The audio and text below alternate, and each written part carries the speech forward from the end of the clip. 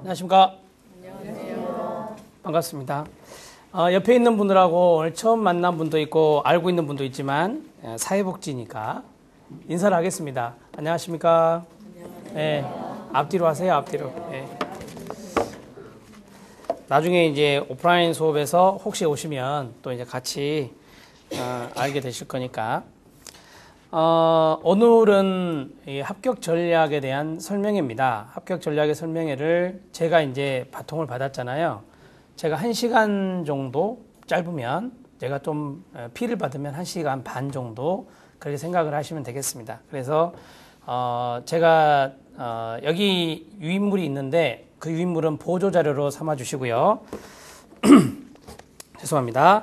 어떻게 하면 합격을 할 수 있는가 거기에 대해서 조금 말씀을 드리려고 합니다.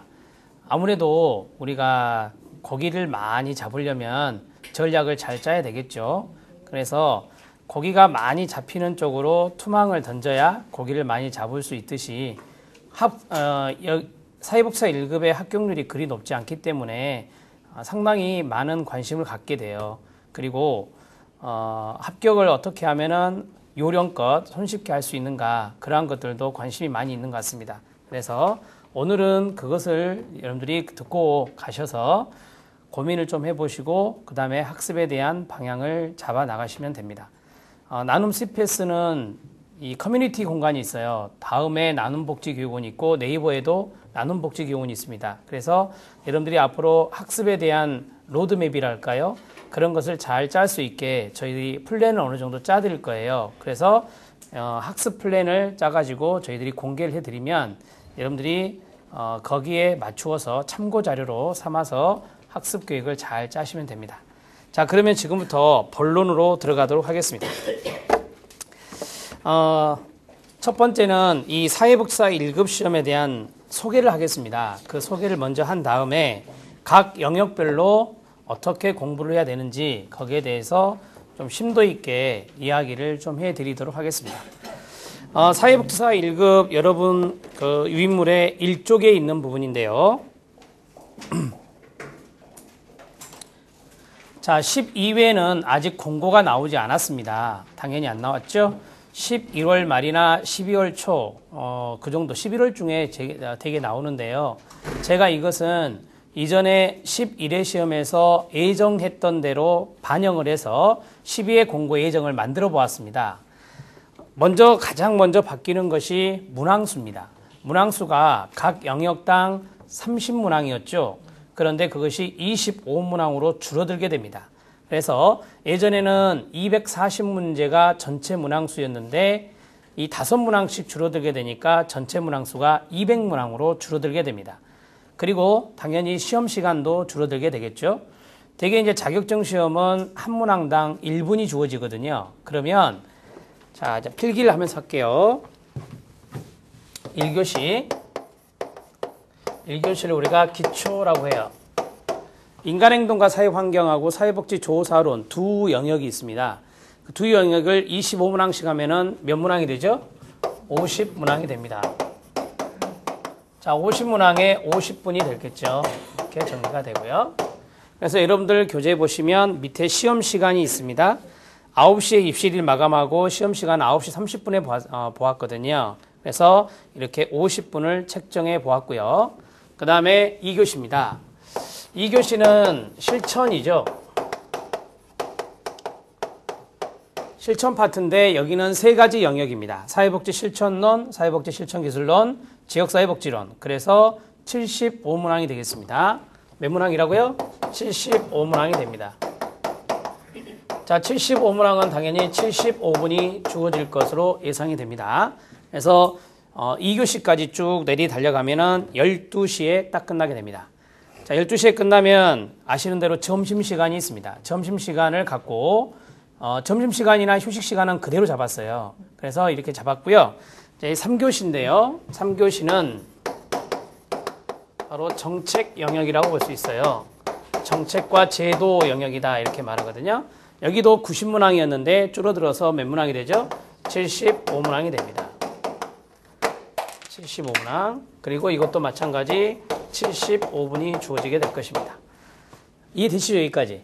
예, 어차피 여러분들이 예측하고 있었던 대로예요. 아직까지 내가 이걸 몰랐다. 그런 분도 계실 수 있지만 올해부터는 25문항씩 총 200문항이 됩니다. 이걸 합치면 몇 문항이 된다고요? 200문항이 됩니다. 장애인의 시간은 1.5배가 주어져요. 그래서 비장애인의 경우는 거기 보시는 대로 2시 15분에 시험이 끝나게 되고요. 그 다음에 장애인분들은 4시 5분에 시험이 끝나게 됩니다. 예전보다 훨씬 더 시간이 앞당겨졌다 이렇게 볼 수 있겠죠. 그럼 문항수가 줄어드니까 그건 당연한 결과라고 볼 수 있겠습니다. 자, 그러면 이제 문항수와 시간에 대해서 말씀을 드렸거든요. 그러면 이쪽에서 여러분들이 관심사가 이거예요. 주된 관심사가 몇 개를 맞아야 정답수로 몇 개를 맞아야 되느냐. 근데 30문항에서 25문항으로 줄인 이유가 제 생각은 이렇습니다. 제 생각은 30문항을 100점 만점으로 하면 33.3333 이렇게 나오거든요. 그런데 25문항 하면 4점짜리로 딱 떨어져요, 점수가. 그래서 그러한 점수 환산 때문에 25문항으로 줄어든 것으로 알고 있습니다. 어찌됐든 우리는 정답수로 계산해서 말씀을 드릴게요. 그게 여러분들한테 훨씬 더 빨리 이해되는 데 도움이 되니까요. 점수보다. 자, 총 문항이 200문항입니다. 제일 먼저 말씀드릴 것은 40% 미만은 과락이라고 알고 계시잖아요. 그런데 25문항의 40%가 아닙니다.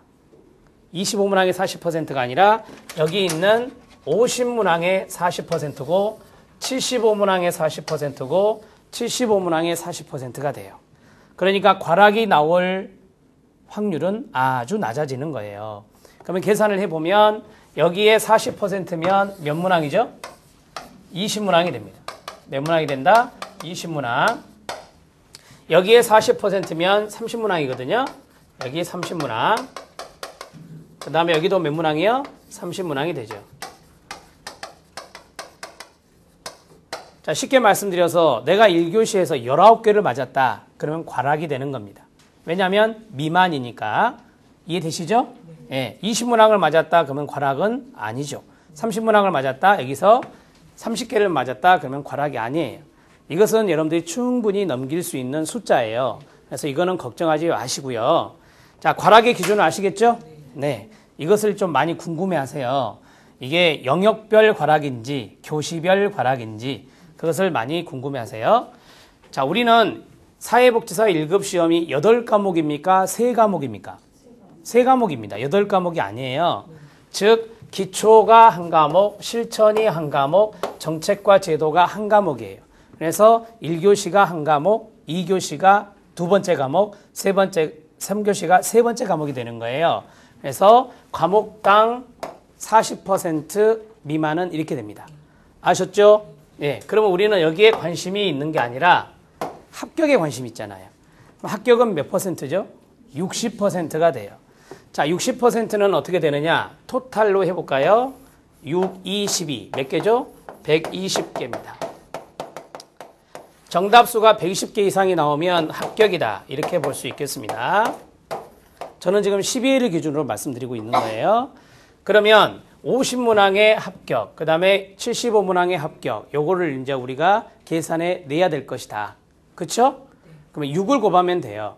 50문항에 5, 6, 30, 몇 문항이죠? 30문항이 됩니다. 30문항 이상이 바로 60% 이상이다. 이렇게 생각하시면 됩니다. 아셨죠? 맞죠? 5, 6, 30이잖아요. 그 다음에 75문항은 몇 문제가 돼요? 40. 5문제죠? 45문제가 되잖아요. 몇 문제요? 45문항 이상을 맞아야 돼요. 여기도 45문항 이상을 맞아야 돼요. 그럼 이제 합격 개수가 나옵니다. 이걸 더하면 몇 개죠? 120개가 나오게 돼요. 이해되셨죠? 네. 이렇게 하나씩 설명해 드려야 좀 이해가 빠르시니까. 그러면 1교시에서 30문항 이상을 맞추고 45문항을 맞히고 45문항을 맞힌다. 근데 45문항은 못 맞힐 수도 있죠. 그렇죠? 그렇지만 그렇다 하더라도 내가 여기서 더 맞으면 되잖아요. 이해되죠? 예, 전체 개수가 몇 개 이상이면 돼요? 120개 이상이면 되니까 그렇게 해서 계산을 해내시면 됩니다. 자, 이제 전체적인 틀을 놓고 말씀을 드렸으니까 이제 각 영역별로 8가지 영역을 제가 이제 말씀을 드릴 차례가 됐어요. 자, 들어보세요. 간략하게 쓰겠습니다. 1교시가 인행사, 조사론, 실천론, 기술론, 지역복지론. 2교시까지 썼습니다. 3교시 정책론, 행정론, 법제론이 됩니다. 이렇게 해서 8영역을 썼거든요. 자, 지금부터 이제 잘 들으셔야 돼요. 이게 실제적인 이야기가 되니까 여러분들이 어떤 영역에 힘을 많이 쓰고 어떤 영역에는 힘을 덜 쓰고 8영역을 다 잘 맞추면 좋죠. 실제적으로 그렇게 하기가 어렵습니다. 그리고 시험의 난이도도 다 다르기 때문에요. 영역별 난이도가 다르기 때문에 이거는 분석을 하셔야 돼요. 그렇게 해서 지피지기면 백전백승이란 말이 있듯이 시험의 출제 경향을 알고 대처하면은 훨씬 수월하게 공부를 해 나갈 수가 있어요. 자, 보세요. 이 두 영역이 1교시고 세 영역이 2교시고 세 영역이 3교시입니다. 그러면 여러분들이 생각하는 전략 과목이라는 게 있어야 돼요. 내가 전략 과목을 집중적으로 해서 점수를 끌어올려야 되는 그런 과목이 있습니다. 그러면 그것은 조금 이따 말씀을 드리고요. 먼저 우리가 가장 기본적으로 121개를 맞을 수 있는 방법을 가르쳐 드릴게요. 자, 보세요. 여기 두 영역에서 어려운 게 뭐예요? 거의 10명의 8명은 조사론을 말씀하시더라고요. 근데요, 실제적으로도 그렇습니다. 실제적으로도 조사론이 최근에 9회, 10회, 11회 문제가 오픈됐잖아요. 조사론이 장난 아니게 나왔어요. 이번에 조사론이 11회 때가 두 번째로 어려운 과목이었어요. 어려운 영역이었거든요. 그래서 이 두 가지 영역에서 요게 더 어렵거든요. 그러면은 요것을 우리가 보통 말하는 반타작, 25문제에서 반타작이면 12문항 내지 13문항이 돼요. 정답수가. 그쵸? 대답 좀 해주세요. 네. 피드백 합니다 또. 조사론을 반타작을 하는데 12개로 잡자 이 말이에요. 조사론을. 자, 그 다음에 하나, 둘, 세 영역에서 이제까지 어렵다라고 생각하는 게 무엇이라고 알고 계세요? 지역사회예요. 뭐라고요? 지역사회예요. 또 요 두 녀석은 형제지간이죠. 중복이 많이 돼요. 그러니까 공부를 할 때 시너지 효과가 발생하는 게 두 개인데 요 녀석은 조금 뭐랄까 변두리 쪽, 요 두 개에 의하면 좀 떨어져 있는 과목 쪽이라서 그리고 요게 상당히 어렵게 나오면 답을 찾기가 아주 쉽지 않습니다. 그래서 요 녀석 반타작 12개. 자, 그 다음에 정책과 행정과 법제. 어떤 게 어려우세요? 3교시 고르기 힘드실 건데 어떤 게 어려우세요? 제가 9회와 10회를 기준으로 말씀드리면 9회와 10회는 요 녀석이 어려웠어요. 11회는 요 녀석이 어려웠어요.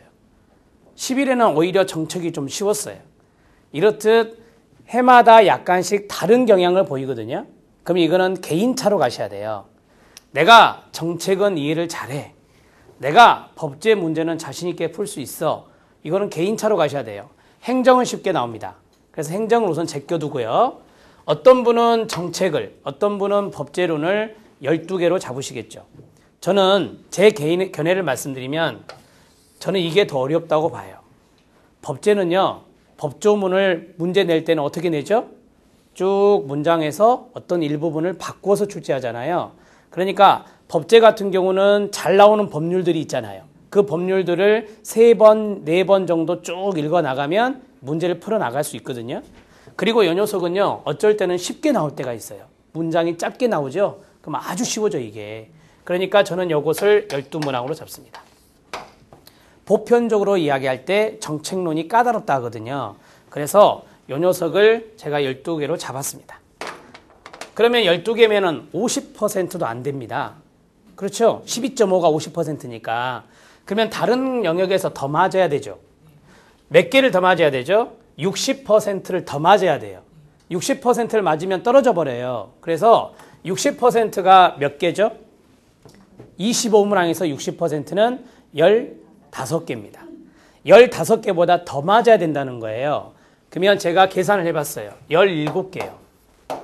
17개 아주 보수적으로 잡는 거예요, 지금.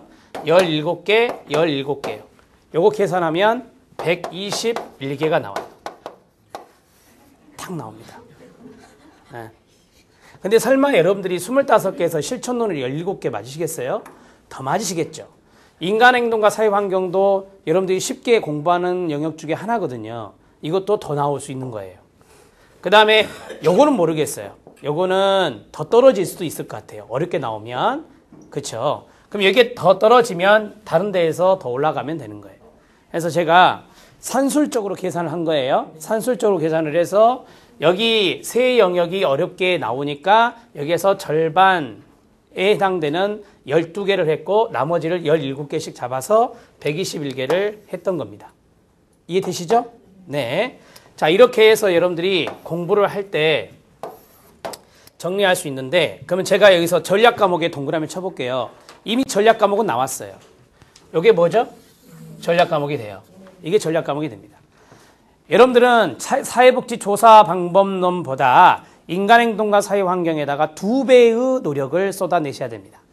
자, 그 다음에 실천론과 기술론, 요 두 가지는 시너지 효과가 있고, 이제까지 쭉 역대 문제를 보시면 실천론과 기술론 문제는 그리 어렵게 나온 적이 별로 없습니다. 그리고 사례 문제가 많기 때문에 사례를 많이 보고 컨트롤할 수 있는 정도라면 이 문제는 20개 이상은 넘길 수 있는 영역이에요. 그래서 요 두 가지를 같이 공부하면 또 효과가 더 배가 되기 때문에 이 교치는 반드시 이 두 영역을 전략 과목으로 선택하셔야 됩니다. 즉, 요 두 개에다가 내가 예를 들어서 20시간을 투자했다면 여기는 약간 힘을 빼도 되죠. 10시간 정도로. 왜냐하면 이걸 더 맞아야 되니까요. 이해되셨죠? 네, 여기입니다. 행정론과 법제론입니다. 자, 행정론은 제가 아까 말씀드렸죠. 어렵게 나올 때도 있었습니다. 제가 알기로 7회 때 좀 어려웠는데 그 이후로는 9회 때도 좀 어려웠지만 9회 때는 이 두 가지가 너무 어렵기 때문에 이것이 쉽게 보였던 거지. 만약에 이 두 가지를 생각하지 않고 이것만 보면 이건 어렵게 나온 거예요. 9회 때는. 그때 14%밖에 합격을 못했잖아요. 그래서 이것은 어렵게 출제가 되더라도 두 영역보다는 쉽게 나오니까 여기에 집중적으로 공부를 하셔야 되고요. 그 다음에 법제입니다. 여러분 법제 문제를 쭉 9회 때부터 훑어보면요. 사회보험이 나와요. 사회보험은 몇 개의 사회보험이 있죠? 5대 사회보험이 있어요. 산, 건, 연고요. 이렇게 나와요. 산재보험, 건강보험, 연금, 고용보험, 장기요양이에요. 이게 이제 법 제정 순서잖아요. 그러면 이렇게 해서 5가지 사회보험이 법제론의 시험에 나와요. 그러면 공부를 해야 돼요, 안 해야 돼요? 해야 되죠. 사회보험법을 공부를 하셔야 돼요. 자, 들으세요. 여기에도 나와요, 그게. 어디에도 나온다? 정책에도 나와요. 그러니까 요 녀석에다 내가 힘을 더 쓰면 쓸수록 요 녀석에 풀어볼 수 있는 문제가 나온다, 안 나온다? 나오는 거죠. 예를 들어서 여기서 공공부조 법률 배워요, 안 배워요? 국기법 배우죠. 국민기초생활보장법, 기초노령연금법, 장애인연금법. 이게 또 여기에도 나온 적이 있거든요. 그래서 정책론을 쭉 해부해 보면 앞에 사회보장 파트 전하고 그 다음에 뒤에 사회보장 파트가 나와요. 그러면 사회보장 파트에 사회보험, 공공부조, 빈곤, 최저생계비 이런 것들이 쫙 나온다고요. 근데 문제를 딱 보면 법제 문제를 푸는 듯한 느낌? 그런 것들이 나온단 말이에요. 그래서 이걸 공부해 놓으면 시너지 효과가 어디에도 나가요? 정책에도 나간다. 거기서 5문제, 6문제는 컨트롤할 수 있어요. 그래서 법제론을 공부를 등한시하시면 안 됩니다. 아셨죠? 예. 이렇게 해서 저는 이 두 가지를 추천을 해드려요, 되게. 그래서 법제론은 좀 이따 말씀드리겠지만 잘 나오는 법률들이 있어요. 그 잘 나오는 법률들만 좀 집중적으로 보시면 돼요. 우리는 공무원 시험 같이 상대평가가 아니거든요. 절대평가예요. 아까 말씀드린 6할 이상만 넘으면 돼요. 그렇기 때문에 너무 뭐랄까 점수에 민감하게 신경을 써가지고 공부할 필요는 없다. 그래서 전략적으로 다가가는 게 좋아요. 사회복지법제론에 총론이 있고 강론이 있는데 강론에 정말 많은 법률들이 있습니다. 그걸 다 보는 것이 원칙이죠. 그렇지만 그 법률들을 다 보기는 힘들기 때문에 우리들이 잘 나오는 법령들을 살펴보는 것도 좋은 방법이 될 수 있어요. 알았죠? 네. 자, 여기까지 해서 제가 합격에 대한 것을 숫자로 좀 이야기를 해드렸습니다. 간단하게 스킵을 해드리면 좀 늦게 오신 분들을 위해서 자, 200문항이 전체 문항이 된다. 거기서 120문항이면 합격이 되는데 자, 여기요. 20문항 미만, 30문항 미만, 30문항 미만이면 과락이다. 근데 과락은 거의 없다. 대개 1, 2%밖에 안 나와요. 그래서 거의 없다라고 생각하시면 되고요. 여기 있는 거요. 30, 45, 45 이게 합격 기준이다. 60% 이상. 그래서 110개 정답수가 120개 이상이면 합격이 됩니다. 12회 시험부터는 그래요. 알았죠? 네. 그 다음에 과목별로 본다면 여기에 있는 인간행동과 사회환경, 실천론, 기술론, 행정론, 법제론 5영역에 집중적으로 공부를 하시는 게 필요합니다. 그리고요. 이 자신 없는 것들 있잖아요. 이거는 공부의 순위에서 후순위로 해놓으셔도 돼요. 좀 이따가 제가 공부하는 그 영역의 순서가 있거든요. 왜냐하면 연관되는 것끼리 같이 해야 진도가 빨리 나가요. 그래서 우리 그 6월 14일부터 여기 수업하는 것도 그렇게 맞췄어요. 그러니까 인간행동과 사회환경을 제일 먼저 하고 바로 조사론 가지 않고요. 실천론으로 가요. 그런 식으로 해서 연결할 수 있게.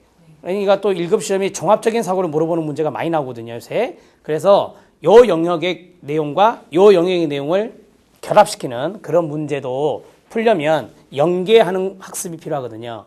그래서 그렇게 앞으로 공부를 하셔야 됩니다. 아셨죠? 네. 자, 제가 이것을 꼭 맞아라 라고 하는 게 아니에요. 예, 개수로 따지면 이 정도의 개수를 맞으면 이렇게 나온다라는 걸 소개해 드린 것이고요. 많이 맞을수록 좋죠. 당연히. 요것도 20개 이상 맞고 요것도 20개 이상, 20개 이상 맞고 행정론도 20개 이상 맞으면 좋죠. 예, 그러나 이제 소개하는 차원에서 이렇게 제가 숫자를 적어서 말씀을 드렸습니다. 자, 제가 말씀드린 것은 윗부분이에요. 이쪽의 윗부분. 그 부분에 대해서 말씀을 드렸는데 사회복지법제로는 이쪽으로 다시 와보세요. 여러분들 궁금한 게 항상 법령하면은 제일 궁금해하는 게 뭐냐면요. 2가지예요. 어떤 법률이 많이 나오냐? 아까 좀 이따 말씀드릴 거고요.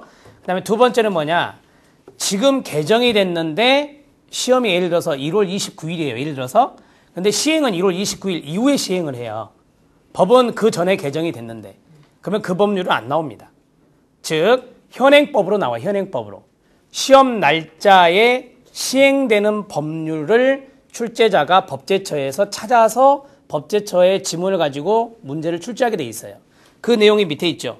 1번의 당구장 표시에 보면 시험 영역 중 사회복지법제로는 시험 시행일 현재 시행 중인 법령을 기준으로 출제를 한다. 단 공포만 되고 시행되지 않은 법령은 제외된다라고 했잖아요. 이해되셨죠? 여기에 대한 궁금증을 여기서 해결하셔야 돼요. 그래서 이러한 부분들을 여러분들이 잘 체킹하시고요. 이러한 것이 11회 때 상당히 많이 고민이 됐었어요. 왜냐하면 아시는 대로 뭐 사회복지법인의 이사수가 5명에서 7인으로 바뀌었잖아요. 근데 그 7인으로 바뀐 게 2013년 1월 27일이거든요. 그런데 그 전에 시험을 봤잖아요. 이해되시죠? 그래서 우리는 5인으로 공부한 거죠. 그게 이제 하나의 대표적인 사례가 됩니다. 그래서 현행법으로 시험에 나온다. 이렇게 딱 머릿속에 각인시키시고 가시면 됩니다. 아셨죠? 네. 자, 이쪽을 보십시오. 응시 자격은 여러분들이 많이 아실 것 같고요. 몇 가지만 말씀을 드릴게요. 몇 가지만 잘 들어보세요. 사회복지학과와 연관된 사회사업학과도 있으니까요. 연관된 4년제 대학을 나오면 볼 수 있습니다. 바로 응시가 가능하고요. 혹시 전문대학을 나왔다 그러면 1년 이상의 실무 경력이 있어야 됩니다. 뒤에 보시면 실무 경력이 인정되는 것이 있고 인정이 안 되는 게 있어요. 그건 좀 이따 간략하게 볼게요. 자, 그 다음에 학점은행제가 있습니다. 요즘 많이 하고 있는 게 학점은행제인데 내가 수학과를 나왔다. 그러면 4년제 나오면 사회복지학 시험 못 보잖아요. 그런데 내가 42학점인가요? 42학점을 받아서 실습까지 해서 42학점을 해서 2급을 취득했다. 그리고 취득 예정이다. 예정자도 됩니다. 예정이다. 그러면 가능합니다. 바로 응시가 가능해요. 그래서 여러분들은 크게 그 3가지만 기억하시면 돼요. 첫 번째는 4년제 사회복지학과 나오면 바로 볼 수 있고, 그 다음에 다른 학과를 나왔다 하더라도 4년제 학위를 받은 나왔다 하더라도 사회복지사 2급의 과정을 취득했다면 볼 수 있고, 전문대학의 사회복지학과다. 그러면 어떻게 되죠? 1년 이상의 실무 경력이 있어야 돼요. 이런 경우도 있을 수 있습니다. 다른 학과 전문대학을 나올 수도 있죠. 다른 학과의 전문대학을 나오면 어떻게 해야 될까요? 학점은행제를 통해서 학사학위를 받아야 돼요. 어떤 학사학위요? 사회복지 학사학위를 받아야 돼요. 사회복지학 전공으로. 이해되시죠? 네. 근데 거기에다가 42학점만 한다고 해서 된 게 아니라 더 플러스 알파를 해야 돼요. 더 학점을 받으셔야 이제 학점이 나와서 학사학위가 나오게 되니까 그걸 취득해야 사회복지 쪽의 전공으로 취득을 해야 바로 응시 자격이 주어집니다. 아셨죠? 자, 그리고 졸업 예정자도 된다 그랬잖아요. 학위 취득 예정자. 그 날짜는 거기 보시면 2013년 2월 29일까지예요. 작년은 2012년 2월 29일까지 돼 있거든요. 그러면 이제 내년은 어떻게 되겠어요? 2013년 2월 29일까지겠죠. 그때까지 학위 취득 예정자도 응시 자격이 된다. 시험은 먼저 보죠. 되게 1월 달에 보잖아요. 그렇기 때문에 시험은 먼저 보기 때문에 이것이 되느냐 안 되느냐 또 물어보는 분도 많거든요. 됩니다. 자, 그 다음에 자 보세요. 저를 좀 더 집중해 주시고 우리가 이제 시험 날짜가 좀 궁금할 수 있는데 제가 쭉 이렇게 봤어요. 1월 중순 정도 될 것 같아요. 1월 중순 정도 올해와 조금 비슷하게 이루어질 것이다. 이렇게 볼 수 있을 것 같고요. 여러분들이 달력을 한번 보시면 조금 그렇게 생각이 될 수 있을 만큼 나옵니다. 작년에 1월 26일 날 봤어요. 1월 26일 좀 늦게 봤죠? 근데 저는 이것보다 한 일주일 정도 당겨지지 않을까 이렇게 생각을 합니다. 12회는요. 그렇게 말씀드리고 4쪽을 보시기 바랍니다. 4쪽을 보시면 인정되는 범위가 있고 불인정된 범위가 있어요. 인정된 범위는 여러분들이 참고적으로 보실 때 좀 기억해야 될 게 있어요. 어린이집에서 내가 보육교사로 일했다? 됩니다. 어린이집에서 사회복지사로 일했다? 당연히 되겠죠? 어린이집도 된다는 것, 그 5쪽에 나와 있고요. 그 다음에 6쪽에 보시면 국공립정신병원에서 내가 정신병원에서 일을 했는데 사회복지사로 일했다. 그러면 됩니다. 자, 그 다음에 쭉 내려오시면 청소년 쉼터나 청소년 수련관에서 내가 사회복지사로 일했다. 그러면 됩니다. 그 다음 학교에서 지역사회 교육 전문가 뭐라고요? 지역사회 교육 전문가로 내가 활동을 했다. 그러면 된다, 안 된다? 된다. 이렇게 생각하시면 됩니다. 자, 제일 아래 보시면 참고가 있죠. 그 당구장 표시에 참고를 보시면 우리가 이제 공무원 시군구청에 가면은 행정 인턴 업무를 할 수 있어요. 행정 인턴. 이 행정 인턴도 경력이 인정된다, 안 된다? 된다. 그것도 좀 알아놓으시고요. 자, 7쪽을 보시기 바랍니다. 7쪽은 제가 장교한 기관에서 내가 요양보호사로 일했다. 이런 분들이 많이 물어봐요. 요양보호사 자격증이 있어가지고 내가 요양보호사로 일을 했는데 되느냐 이렇게 물어보거든요. 안 됩니다. 예, 안 됩니다. 인정 안 된다는 것을 꼭 기억해 주시고 그 다음에 오른쪽을 보세요. 직종을 보시면 그 직종에 사회복지사가 써져 있어요? 안 써져 있어요? 안 써져 있죠. 뭐 직원으로 일했다든지 아니면 간호사, 간호조무사로 내가 일을 했다든지 아무리 사회복지 시설이라도 그렇게 내가 등록이 되어서 일을 했다면 그건 안 됩니다. 그래서 이런 것들을 조금 알아두시면 될 것 같고요. 자, 우리 선생님들은 실무 경력 인정과 인정 안 되는 거 거기에는 많이 포함되지 않으리라고 보거든요. 지금 제가 생각할 때는. 그래서 이거는 자료로 여러분들이 꼼꼼하게 한번 읽어주시고 몇 가지만 제가 짚어드렸습니다. 자, 이제 8쪽을 보시면 사회복지사 1급의 자격의 필요성이 있어요. 간단하게 이것도 말씀을 드릴게요.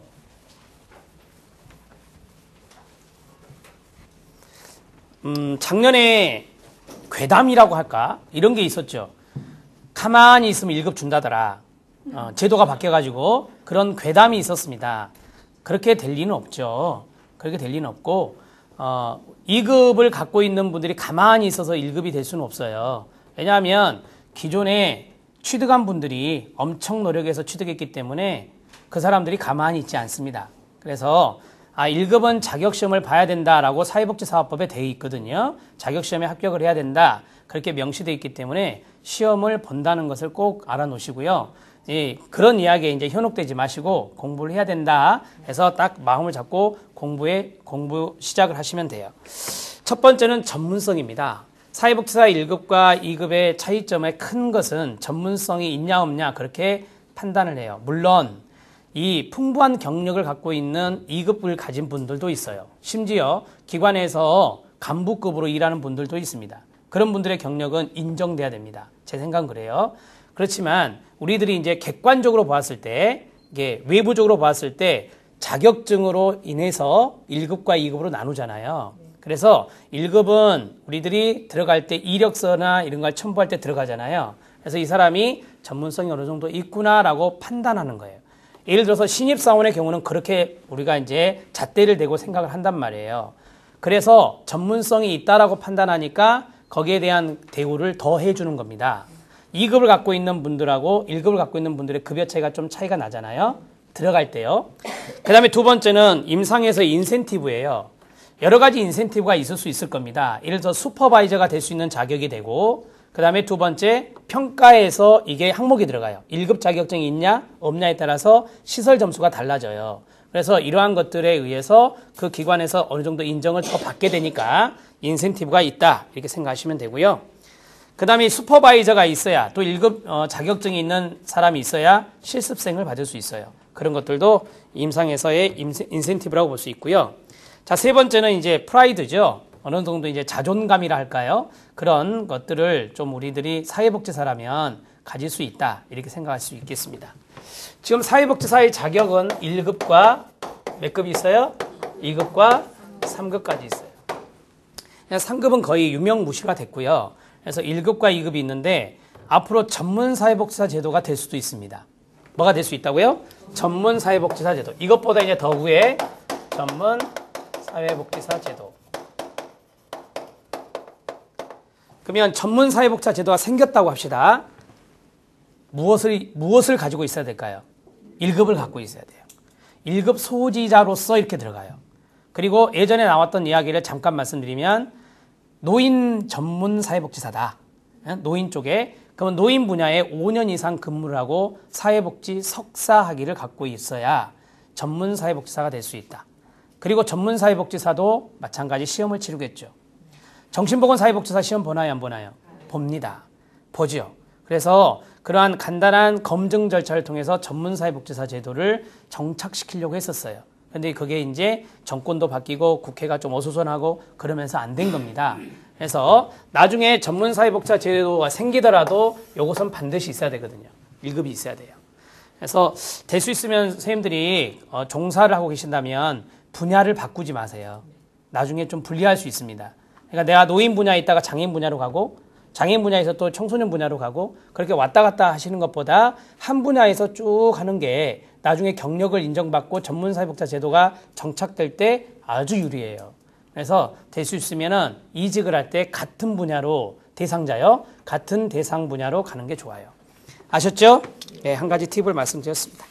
자, 이제 합격률을 좀 보실래요? 여기까지 말씀을 드리고 잠깐 쉬었다가 하겠습니다. 여러분들한테는 희소식이 될 수도 있어요. 물어볼게요. 내년에 합격률이 오를까요? 네. 와, 자신감 있으시네요. 어떤 근거에서 그런 말씀을 하시나요? 짝수년도. 자, 보세요. 그 근거는 제일 아래 합격률을 보시면 돼요. 접수자 중에 합격률, 응시자 중에 합격률이 있는데요. 67에서 63이 됐죠. 67에서 63이 됐잖아요. 그래서 1회 때와 2회 때는 이렇게 초창기라 어떤 자격증이든지 초창기 때는 쉽게 출제하기 때문에 합격률이 높아요. 그렇죠? 자, 그 다음에 3회 때 약간 떨어졌죠. 43이 됐고요. 그래서 여기까지 3회차까지는 어느 정도 숨고르기를 했다. 이렇게 볼 수 있고, 자, 4회차 42% 여기서부터 이제 움직임이 시작돼요. 그렇죠? 네, 봐봐요. 4회차 42, 그 다음에 떨어지고 올라가고 이렇게 한번 그려보실래요? 이렇게 떨어지고 올라가고 이렇게 됩니다. 이런 것들이 이제 주기적으로 이렇게 이루어지고 있어요. 제일 마지막에 11회차가 28.3%예요. 몇 퍼센트다? 28.3%입니다. 제가 생각할 때는요. 저는 30%대를 생각했어요. 왜냐하면 공개됐잖아요. 문제를 볼 때 이 정도면 많이 합격하지 않을까라는 생각을 했어요. 그 생각을 하게 된 과목은 바로 2교시였어요. 실천론과 기술론이 생각보다 쉽게 나왔거든요. 여러분도 느끼셨나요? 네. 거기에서 점수를 많이 맞겠다라는 생각을 한 거예요. 그렇게 해서 두 영역만 점수를 많이 맞아도 이게 합격이 보이거든요. 그래서 그런 것들을 생각했는데 의외로 합격률이 낮게 나왔더라고요. 28.3. 그러면 지금 28.3이니까 내년에 제 예상은 35에서 40. 즉 30% 후반 이렇게 보거든요. 이번에 청소년 상담사가 아주 시끄러웠습니다. 아시죠? 네, 정말 시끄러웠죠. 1%, 7%, 9% 그랬어요. 1급이 1%, 몇 퍼센트? 2급이 6%? 3급 5%? 응시자 중에서? 아무튼 이번에 청소년 상담사가 조금 문제가 많았습니다. 그게 다른 자격시험에 영향을 줘요. 특히 우리 사회복지 쪽이잖아요. 그래서 다른 자격시험에 영향을 줘서 우리 9회 때 한번 난리 난 것이 지금 이번에 청소년 상담사가 한번 난리 난 거예요. 그래서 내년에는 아마 시험 문제가 전반적으로 조금씩 쉽게 출제될 수 있어요. 직업상담사도 이번에 문제가 됐어요. 직업상담사 복수 정답이 너무 많아갖고 문제가 됐어요. 그래서 이제 내년에는 아마 자격을 취득하는 데 있어서 조금 수월할 것이다. 청소년 상담사도 내년에 쉽게 나오겠죠. 올해 그만큼 힘들게 냈고 많은 민원을 받았기 때문에 내년에도 그렇게 될 거예요. 우리가 9회 때가 얘기죠. 그죠? 9회 때 봐보세요. 14.4잖아요. 응시자로 본다면. 자, 그 다음에 보시면 쭉 올랐잖아요. 그 다음 이제 회차에 쉽게 나왔어요. 생각보다 쉽게 나왔었거든요. 그 다음이 이거예요, 지금. 그래서 저는 30%대 후반으로 보거든요. 그러니까 여러분들은 이번에 준비를 잘 하셔야 돼요. 왜? 그 다음 연도는 또 뭐 하겠어요? 어렵게 내겠죠. 이게 이제 수요와 공급을 조절하는 차원에서 되게 이렇게 자격증 시험을 이렇게 내거든요. 상대평가가 아니라 절대평가라 그렇게 수요와 공급을 조정하는 겁니다. 아셨죠? 네. 네. 어느 정도 희소식이 됐나요? 네. 네. 열심히 하시면 돼요. 열심히 하시면 선생님들은 여기 퍼센트에 들어갈 수 있습니다. 명심하세요. 네. 네. 자, 잠깐 쉬었다가 이제 각 영역별로 제가 여기 원고 없이 하나씩 설명해 드릴게요. 자, 이제 2교시를 하는데 여기 시간을 이제 마지막으로 해서 마치도록 하겠습니다. 마지막까지 좀 집중해 주시고요. 먼저 각 영역별로 이야기하기에 앞서서 어떻게 공부를 해야 되는지 그것부터 말씀드린 게 맞는 것 같아요. 그래서 학습의 로드맵부터 좀 이렇게 정리해 드릴게요. 되게 사회복지사 1급 시험을 준비할 때 가장 후기는 6월 달부터예요. 6월 달부터 시작해서 내년 1월 달까지 한 6개월 정도 6개월 반 정도 준비를 하는 건데요. 9월 달부터 하면 조금 늦은 감이 없잖아 있어요. 말씀드리면. 그래서 9월 달에는 조금 빠듯하게 나가는 거고 또 카페 보면은 정말 기분 나쁜 게 있죠. 2주일 공부하고 합격했다 뭐 이런 거 나오는데 그거는 극히 드문 현상이에요. 극히 드문 현상이고 그래서 우리가 보편적으로 말할 때는 되게 6월 달부터서 이제 준비하는 것이 가장 이상적이다 이렇게 말씀드릴 수 있어요. 이거는 연령이 증가하면 증가할수록 그 기간은 길어질 수밖에 없어요. 그래서 조금 더 연령이 있으신 분들은 공부 기간을 좀 더 길게 잡는 것이 바람직해요. 젊은 사람들은 되게 9월 달부터 해도 아주 벼락치기 공부라고 하죠. 그것을 해내더라고요. 그런데 연세 드신 분들은 힘들어해요. 단기 기억이 좀 힘드시니까 그러신다고 봐요. 자, 학습의 로드맵은 이래요. 먼저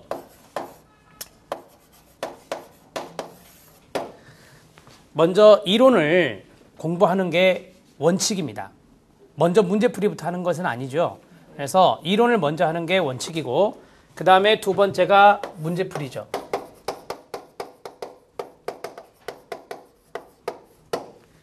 이게 이제 큰 두 가지 틀이라고 보시면 돼요.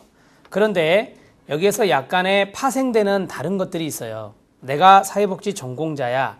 그리고 나 작년에 시험 봐갖고 조금 결과가 안 좋아서 미끄러졌어. 그러면은 그 잔재된 지식이 조금 남아있거든요. 그거를 활용하는 좋은 방법은 기출문제를 보는 거예요. 이제까지 공개되지 않은 것 말고요. 공개된 9회, 10회, 11회, 3회차의 문제를 먼저 분석하는 것도 도움이 됩니다. 이거는 어느 정도 지식이 잠재되어 있는 분들한테 해당되는 이야기예요. 예를 들어서 내가 사회복사 공부한 지가 아주 오래됐다. 그래서 아무것도 모른다. 그럼 기출문제를 못 이해해요. 이해하기가 어렵죠. 왜냐하면 그거는 말 그대로 문제풀이기 때문에 그게 무슨 말인지를 잘 모르실 거란 말이에요. 그래서 이것도 개인차인데 내가 어느 정도 잠재된 지식이 있다 그러면 기출 분석을 먼저 하셔도 돼요. 기출 분석을 먼저 하셔도 돼요. 왜 할까요? 무엇이 중요한지를 알 수 있어요. 기출문제 분석을 하면 인간행동과 사회환경에서 요 대목이 많이 나오네. 이것을 빨리 간파할 수 있거든요. 그러면 학습의 방향을 쉽게 잡아가요. 그래서 이건 개인차입니다. 내가 공부를 안 한 지 오래됐다. 그럼 이론부터 하는 거고요. 내가 작년에 공부했고 지금도 틈틈이 책을 보고 있는 사람이야. 그러면 기출 분석을 먼저 하는 것이 좋다 이 말이에요. 알았죠? 네. 그러면 기출 분석을 한 사람의 경우는 그 다음에 이론으로 들어가겠죠? 이론으로 들어가서 그 다음에 문제풀이로 가는 거예요. 이렇게 가는 게 한 루트고요. 그 다음에 여기 위에 루트에서는 이렇게 가야 돼요. 자, 이론을 공부했잖아요. 이론을 공부하고 나서 이 문제풀이는 세 가지의 문제풀이가 있어요. 첫 번째 기출문제 문제풀이, 두 번째 단원별 문제풀이, 세 번째 실전 문제풀이, 이렇게 세 가지가 있어요. 써드리면 기출이 있고 순서대로 가는 게 좋아요. 단원별로 가고 그 다음에 실전 모의로 가죠. 여기까지요. 여기까지 오면 이제 끝나는 거예요. 공부가 끝나고 나서 해야 될 일이 뭐죠? 테스트예요. 뭐라고요? 테스트. 모의 테스트를 해봐야 돼요. 온라인으로 하든 오프라인에서 시험지를 이렇게 돌려갖고 풀어보든 마지막 자기 점검을 해봐야 돼요. 그래서 이 테스트를 마지막으로 해서 이제 시험장에 가는 거예요. 그래서 합격하는 거예요. 이렇게 가는 게 첫 번째 루트예요. 자, 여기는 좀 달라지겠죠. 기출문제 분석을 먼저 했으니까 문제 풀이 때는 기출문제는 그냥 쭉 훑어봐도 되겠죠. 왜? 내가 꼼꼼히 처음에 봤으니까. 그러면 이 사람은 바로 단원별로 가고 그 다음에 실전 모의로 가겠죠. 그러니까 기출을 먼저 보느냐 나중에 보느냐 그 차이만 있고요. 그 다음에 이론은 먼저 공부하는 것이 맞습니다. 이렇게 해서 똑같이 모의 테스트하고 시험장 가서 합격하는 거예요. 이 기간이 6개월 반 정도 걸리면 이상적이다라고 하는 거예요. 그래서 우리들이 항상 저희 여기 교육원에서 매년 6월 달부터 했어요. 매년 6월 달부터 진행을 했던 겁니다. 그래서 이론을 두 바퀴를 돌아요. 이번에는 84시간이에요. 핵심 이론 과정이에요. 핵심적인 부분들을 전달해 주는 거고요. 그 다음에 요거 끝나는 게 아까 8월 말이었잖아요. 그 다음에 바로 이어서 주말반으로 할 거예요. 이게 지금 금1이 된 이유가 뭐냐면 강의장이 없어요, 여기가.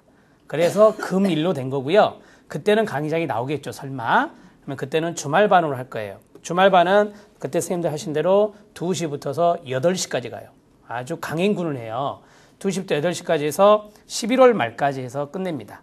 그래서 11월 초까지 해서 끝내고 11월 초 끝나면 바로 문제풀이로 들어가요. 문제 시험 볼 때까지. 그러니까 쉽게 말씀드리면 프로그램이 이론 핵심이 되고 이론 심화가 돼요. 그 다음에 문제풀이로 가요.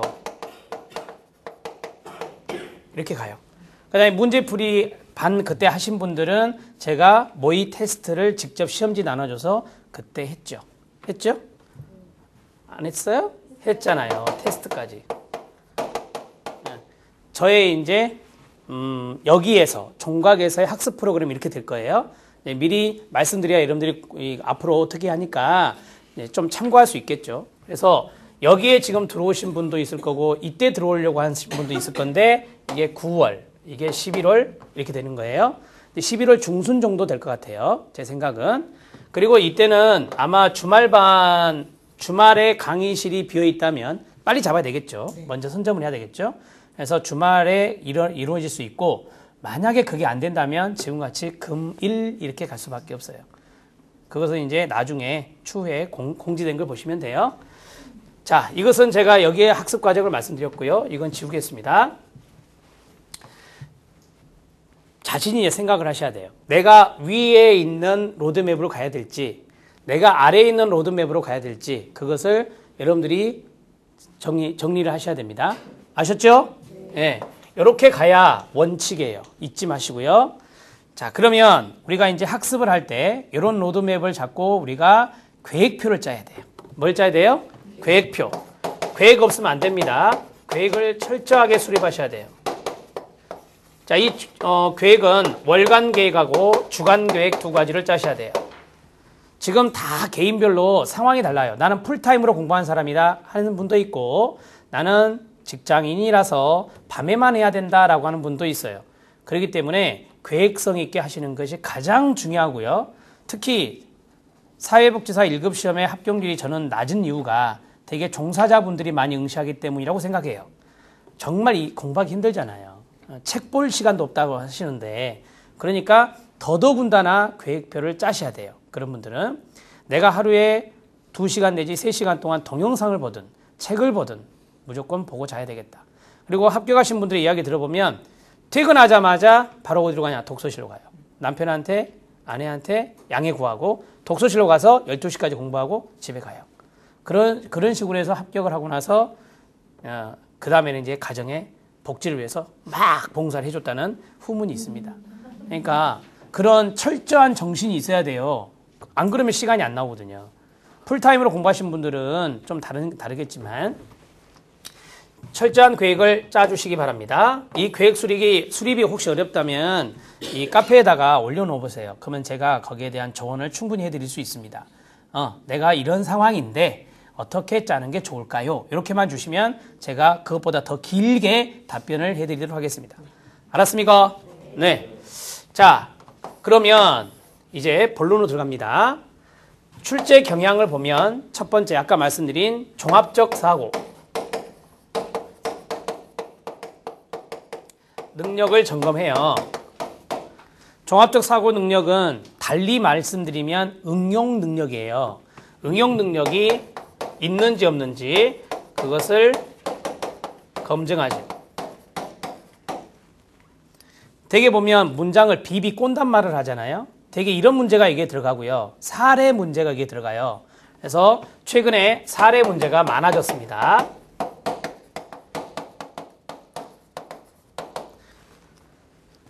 사례가 가장 많은 영역은 2교시입니다. 2교시의 실천론, 기술론, 지역사회복지론 이 세 가지에서 사례 문제가 많이 등장하고요. 1교시에서 사례 문제가 많은 것은 조사방법론입니다. 조사론이 사례 문제가 많습니다. 인행사보다 훨씬 많습니다. 알았죠? 자, 그 다음에 세 번째 과목에서 최근에 정책에서 계산 문제가 나온지 아시죠? 그것도 응용 능력이에요. 그래서 이 정책에서의 계산 문제, 그 다음에 우리나라에서 실시하고 있는 정책들이 많죠. EITC나 희망키움 통장, 이런 것들이 또 시험 문제에서 출제될 수 있어요. 많은 문제는 아니더라도 한두 문제 출제될 수 있겠죠. 시사성이 있는 것들이니까. 아셨죠? 예. 행정론은 사례 문제가 그리 많지는 않습니다. 한 3문제, 4문제 정도 출제가 되죠. 예를 들어서 크리밍 현상을 아시나요? 크리밍 현상 아시잖아요. 그것도 사례 문제로 나왔잖아요. 이번에 관료제에 병폐하고 크리밍 현상이 나왔죠. 선별하려고 하는 거, 취업을 하기 힘든 중증장애인보다 더 쉬운 경증장애인을 대상으로 취업을 시키려고 선별한다. 이게 뭐라고요? 크리밍 현상. 이게 사례 문제잖아요. 이런 식으로 이제 행정문에서 출제할 수 있거든요. 아셨죠? 네. 자, 그러면 사례 문제를 터치하고 응용 능력을 검증한다니까 이것이 바로 나올까요? 사례 문제를 우리가 바로 보면 풀 수 있나요? 아니죠. 그 전에 전제돼야 될 게 뭐예요? 우리들이 공부할 때 개념 정리예요. 뭐라고요? 개념 정리. 저는 사회복지사 1급 시험에서 가장 기초가 요거라고 생각하거든요. 저는 이거라고 생각해요. 사회복지 실천론에서 많이 나오는 게 뭐냐? 기술론에서 명료화입니다. 이 명료화의 개념이 뭐죠? 클라이언트로 하여금 구체적이고 분명하게 기술하게 하는 거거든요. 그걸 알아야 명료화의 사례가 나오면 그걸 뽑아낼 수 있는 거예요. 그러니까 여러분들이 먼저 사례 문제를 막 보려고 하지 마시고요. 개념을 먼저 정리하시려고 하셔야 돼요. 공부에는 뭐가 있다? 순서가 있어요. 그래서 이게 1번이고요. 그 다음에 이게 2번이에요. 그렇게 했을 때 여러분들은 종합적인 사고가 이루어질 수 있어요. 아셨습니까? 네. 자, 그 다음에 두 번째. 제가 아까 종합적 사고는 서로 과목 간에 뭐가 있다? 연계성이 있다 그랬잖아요. 그걸 이제 말씀드리려고 하는데, 인간행동과 사회환경을 인행사라 쓸게요. 인행사와 연관성 있는 것이 무엇일까요? 인행사에는 정신분석 이런 게 있죠. 행동주의 이게 있고요. 그 다음에 저기 뒤에 환경 이게 있어요. 그러면 당연히 실천론과 기술론이에요. 그래서 실천론과 기술론을 하셔야 돼요. 실천론을 공부하면 당연히 바로 뒤에 실천 기술론이 따라와야 돼요. 이렇게. 그럼 이건 실천 파트거든요. 그러면 실천 파트로서 또 친구가 뭐죠? 지역사회복지예요. 뭐라고요? 지역사회복지. 인행사 뒤쪽에 보면 지역사회가 나오죠.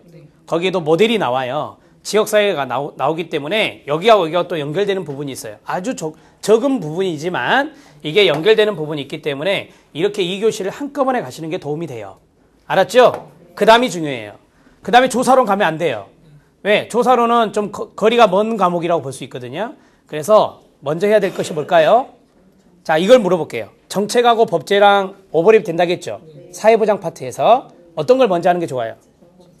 법제.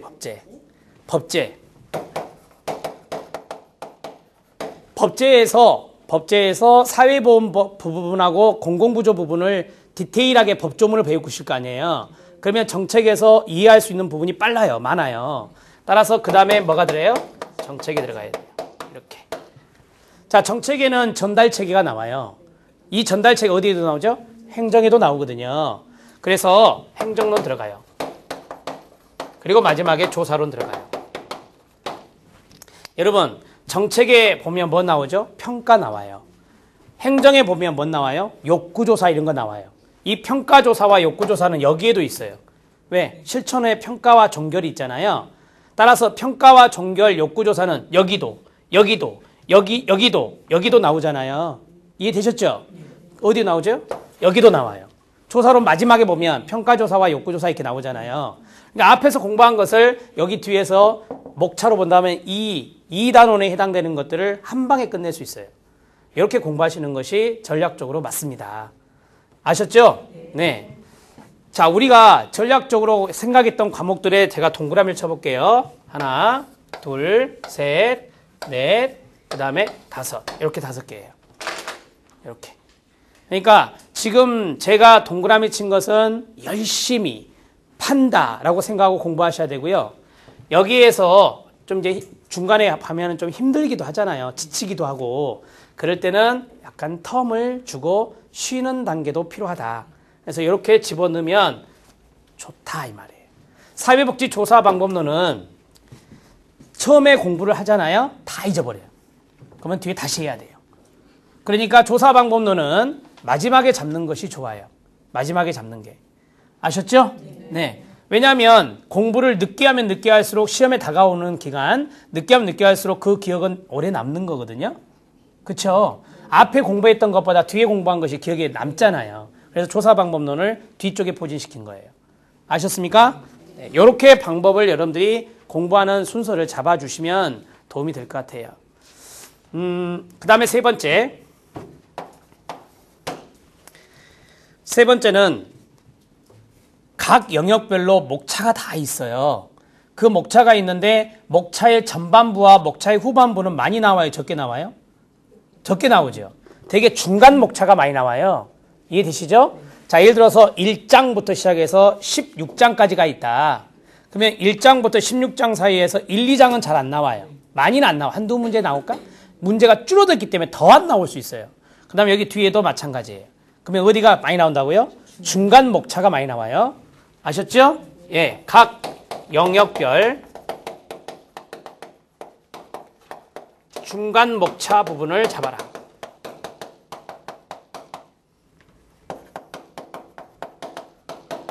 이것도 전략입니다. 전략. 행정론의 이야기를 해드리면 행정론은 앞에 사회복지행정에 대한 기본적인 거, 행정의 특성, 그 다음에 이념, 과정 이런 것들이 나와요. 거기에서 한 문제 나오면 많이 나오거든요. 그 다음에 여기 뒤에요. 제일 뒤에 뭐 사회복지시설, 법인, 재무회계 규칙 이런 게 있잖아요. 그거 나온다면 숫자로 해서 하나 나오고 이번에 안 나왔잖아요. 그러면 여기 중간에 있는 것들이 뭐냐? 조직관리, 인사관리, 재정관리 이런 것들이 이제 많이 나오는 거예요. 홍보와 마케팅, 기획 이런 부분들이 다 중간 목차에 들어가 있는 거거든요. 거기에 있는 부분들을 초점을 맞춰서 그 부분을 잡으셔야 돼. 거기서 출제될 확률이 훨씬 높아요. 문제가 줄어드니까 더더군다나 그래요, 이제는. 아셨죠? 네. 자, 이렇게 해서 세 가지의 팁을 좀 드렸습니다. 첫 번째는 개념 정리하고 사례 문제를 반드시 푸셔야 됩니다. 사례를 안 풀고 하면은 시험장에서 당황하세요. 사례를 안 푸시면.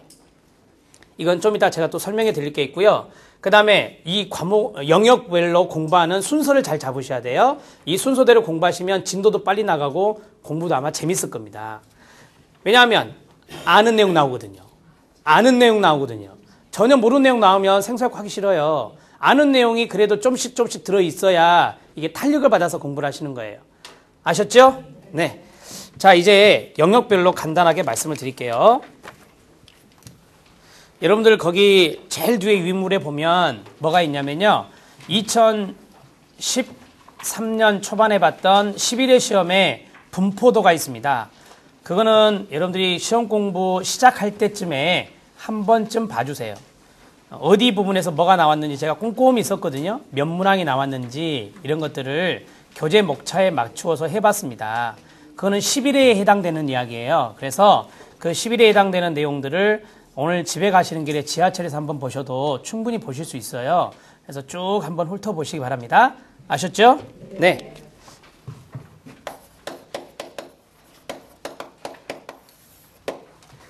자, 인간행동과 사회환경은 크게 세 파트로 나눠져요. 첫 번째는 인간의 발달에 관련된 이론이 있어요. 많은 학자들이 이론이 있습니다. 그 다음에 두 번째는 인간의 발달 단계가 있어요. 태아기에서부터 노년기까지. 그 다음에 세 번째는 환경이 나와요. 그래서 우리가 이것을 인간행동과 사회환경이라는 제목으로 공부를 하는 건데요. 자, 이 세 파트에서 이제까지 많은 부분이 출제되었던 것은 어디냐? 당연히 어딜까요? 요거예요. 요거 두 개. 요거 두 개입니다. 요거 두 개에서 거의 30문제 나올 때요. 25문제까지 나와요. 그러니까 상당히 많이 나왔다고 볼 수 있거든요. 이 힘을 좀 빼겠죠. 25문제니까 힘을 좀 뺄 겁니다. 그래도 저는 이 두 가지가 중요하다고 보거든요.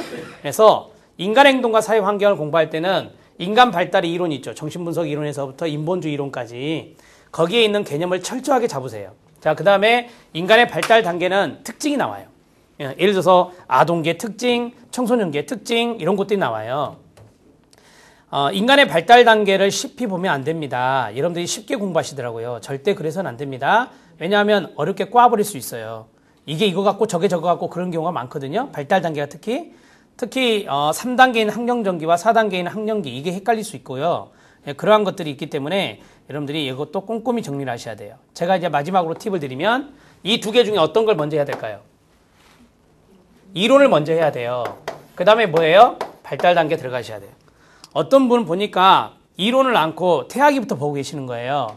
왜 이렇게 보십니까? 그랬더니 이게 더 수월할 것 같대요. 이론은 딱딱하니까 어렵고 그렇게 하면은 공부를 2번 하셔야 돼요. 왜냐하면 학자들이 이론을 공부하면은 그 이론에 배웠던 것들이 단계에 나오거든요.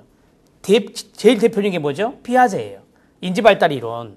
인지발달 이론에서 인지적 특성이 나오는데 인지발달 이론을 먼저 공부해야 각 단계의 인지를 이해할 수가 있어요. 그래서 순서를 잘 잡으셔야 돼요. 발달 이론이 먼저고 그 다음에 발달 단계가 두 번째가 됩니다. 저는 이 환경 문제가 25문제에서 3문제에서 4문제가 나오려고 보거든요. 약간 더 줄여서 한두 문제 정도. 그래서 3문제에서 4문제 출제되면 20문제 이상은 여기 위에 있는 2개에서 나올 것이다. 이렇게 정리할 수 있습니다. 자, 묻습니다. 인간 행동과 사회 환경을 꼬면 쉬워요, 어려워요? 조사론보다 더 어려워집니다. 예, 답이 아닌 것 같기도 하고 맞는 것 같기도 하고 그런 것이 인간 행동과 사회 환경이에요. 그러면 철저하게 해야 될 게 뭐냐? 개념 정리예요. 철저하게 해야 될 게 뭐라고요? 개념 정리예요. 개념 정리를 철저하게 하셔야 돼요. 그 다음에 제가 한 가지를 더 말씀드릴게요. 사회복지학은요, 동의어가 많아요? 많습니다. 동의어를 또 잘 정리하셔야 돼요. 동의어를 알면 시험장에서 풀 수 있었는데 동의어를 몰라서 그걸 틀리는 문제가 상당수 있어요. 그래서 동의어 정리를 잘 하세요. 개념 정리하면서 동의어가 나와요. 그래서 동의어 정리를 꼭 하셔야 됩니다. 써드릴게요. 무슨 정리하라고요? 동의어 정리하십시오. 자, 그 다음에 이제 조사 방법론으로 들어갑니다. 조사론.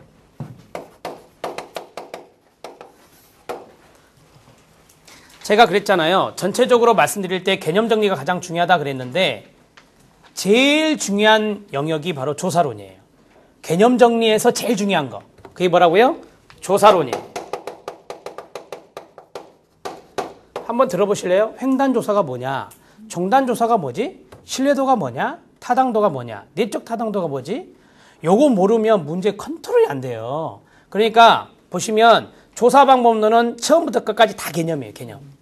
다 개념이 박혀 있어요. 그래서 이 조사 방법론 같은 경우는 쪽지 시험을 봐도 돼요. 예를 들어서 개념을 쫙 주고 이게 뭔지 답만 쓰는 거죠. 주관식으로. 그런 것을 풀면은 실력이 늘어나요. 그래서 제가 카페에다가 그 문제를 올려드린 적도 있어요. 쭉 내가지고. 그래서 문제, 답 이렇게. 나중에 모르겠어요. 측정할 때가 있을지 모르겠지만 그 연습을 하시면 도움이 돼요. 그 연습을. 내가 이걸 읽고 이게 뭐다라는 것만 안다면 문제는 컨트롤할 수 있겠죠. 이해되시죠? 네. 조사 방법론은 제일 중요한 게 이겁니다. 개념 정리. 그리고 사례 문제가 많이 나온다고 했잖아요. 이 개념을 알면 사례를 푼다. 또 반복할 수밖에 없는데 왜냐하면 그게 원칙이니까 그래요. 그래서 사례 문제를 대비하셔야 돼요. 이게 1번이고 이게 2번입니다. 제가 사례 문제에 대한 좋은 팁을 하나 말씀드릴게요. 기출문제집이 나와 있습니다. 어떤 출판사는 1회 때부터 나와 있는 기출문제집도 있어요. 그리고 최근에 공개된 건 9회 때부터 정확하게 공개가 됐고요. 어찌 됐든 간에 기출문제집을 구할 수 있으시다면 기출문제에서 사례만 톡톡톡 체크해 보세요.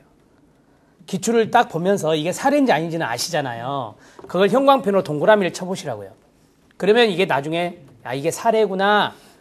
조사론의 사례들이네. 실천론의 사례들이네. 나중에 그것만 쭉 보시면 돼요.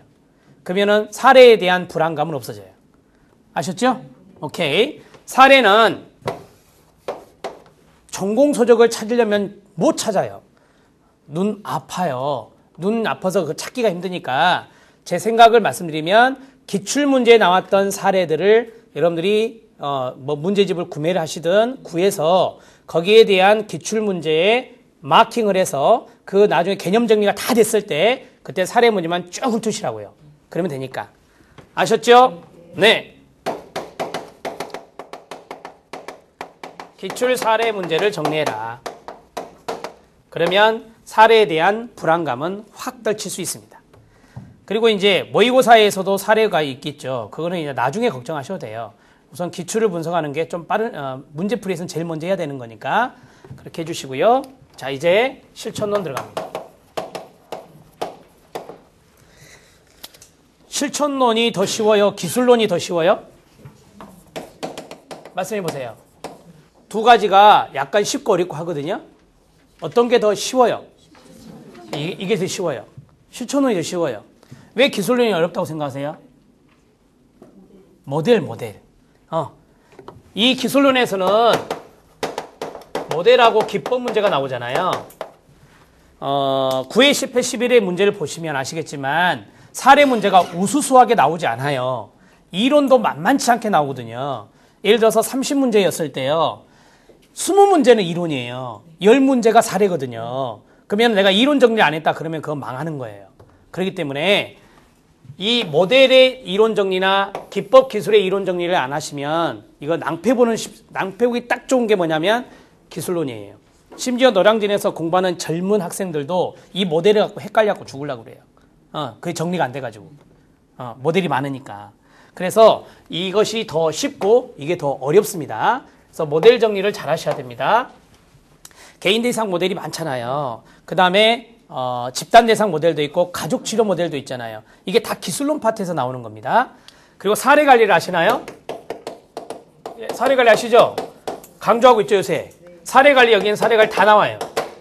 사례 관리는 이 기술론과 실천론에서 모두 다 출제가 돼요.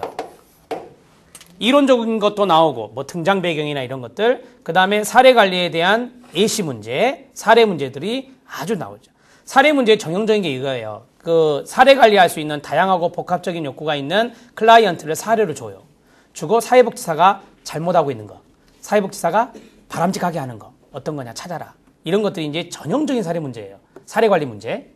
아셨죠? 네. 여기 두 가지는 제가 이렇게 말씀을 드릴게요. 첫 번째, 이론에 집중해라. 이론을 집중하지 못하면 60에서 70% 나오는 이 부분을 해결할 수가 없어요. 이론이 몇 퍼센트 나온다고요? 60에서 70%가 나와요. 자, 그 다음에 두 번째, 당연히 사례에 대비를 해야 됩니다. 왜? 모든 영역에서 이 두 영역이 사례 문제가 제일 많기 때문에 사례를 대비를 하셔야 됩니다. 사례는 30%에서 40%가 나옵니다. 50%까지는 안 나왔어요. 제가 숫자 세봤어요. 최근에는 이 사례 문제가 점점 좀 줄어들더라고요. 근데 모르죠. 이제 12회 때는 어떻게 나올지 모르겠지만 예전에 사례가 많이 나올 때는 50%까지 나왔어요. 절반 정도까지 나왔는데 이 뚜껑을 열어보니까 그렇지 않더라고요. 이론이 좀 더 많이 나와요. 둘 다. 그러니까 이론에 집중을 하셔야 돼요. 아셨죠? 네. 사례 대비는 제가 아까 말씀드렸죠. 기출 사례 문제를 체킹해서 보시면 됩니다. 저는 전공서적보다 수험서를 좀 보십시오. 왜? 체계적인 정리가 됩니다. 라고 말씀을 많이 드리는데요. 전공서적을 볼 필요도 있어요. 왜냐하면 출제자들은 수험서를 안 봐요. 전공서적을 보고 내죠. 그러면 전공서적은 제가 추천하는 것은 단 두 영역입니다. 요거 두 영역이에요. 실천론 전공서적 있으시죠? 오래된 것이라도. 예, 기술론도 있으시죠?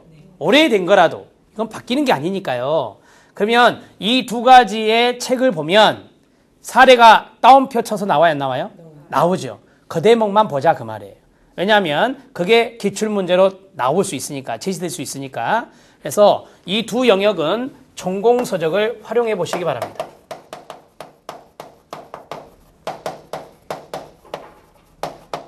일부러 사지 마세요. 살 필요는 없어요. 가지고 계신 것에서 찾으세요. 알았죠? 예, 도서관에서 빌리셔도 돼요. 도서관에 빌리셔서 쭉 공부가 어느 정도 된 다음에 도서관에서 가셔서 책 빌려서 쭉 한번 보세요. 아, 이런 거 맞아. 그래서 쭉 스킵을 하셔야 돼. 그것을 뭐 복사할 것이 아니니까 쭉 공부했던 것을 정리한다 생각하고 그걸 보시는 거예요. 처음부터 보지 마시고요. 마지막에 보세요. 마지막에 사례만 보시는 거예요. 사례만. 기출문제 사례도 받겠다. 내가 수험서에서 이것도 받겠다. 그 다음에 이제 마지막으로 전공서적에도 내가 놓친 부분은 없는가? 그것을 점검 차원에서 마지막에 보는 거예요. 아셨죠? 네. 전공서적 활용은 이 두 영역이면 충분합니다. 그 다음에 세 번째 지역사회복지가 있습니다.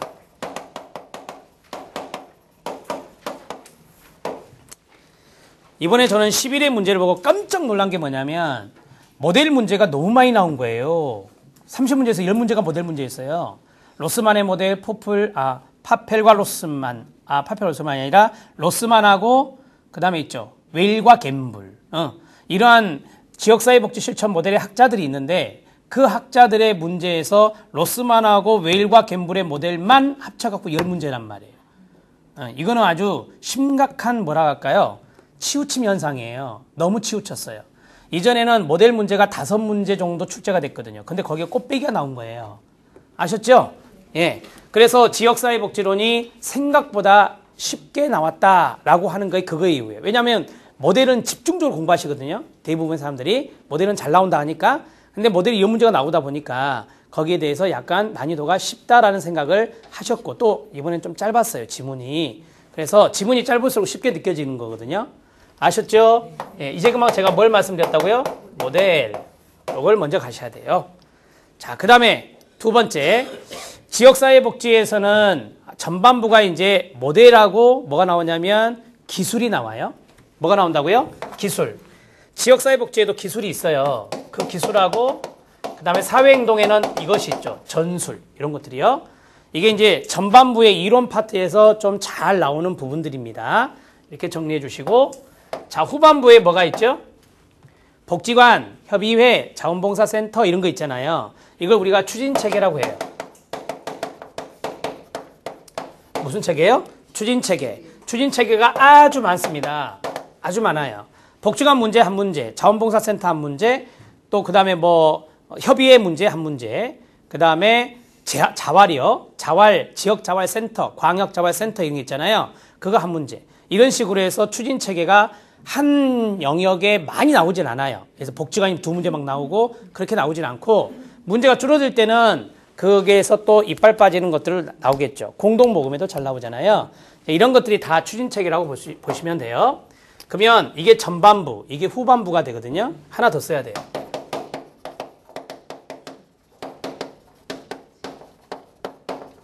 요건 안 빼고 나오죠. 지역사회복지계획이요.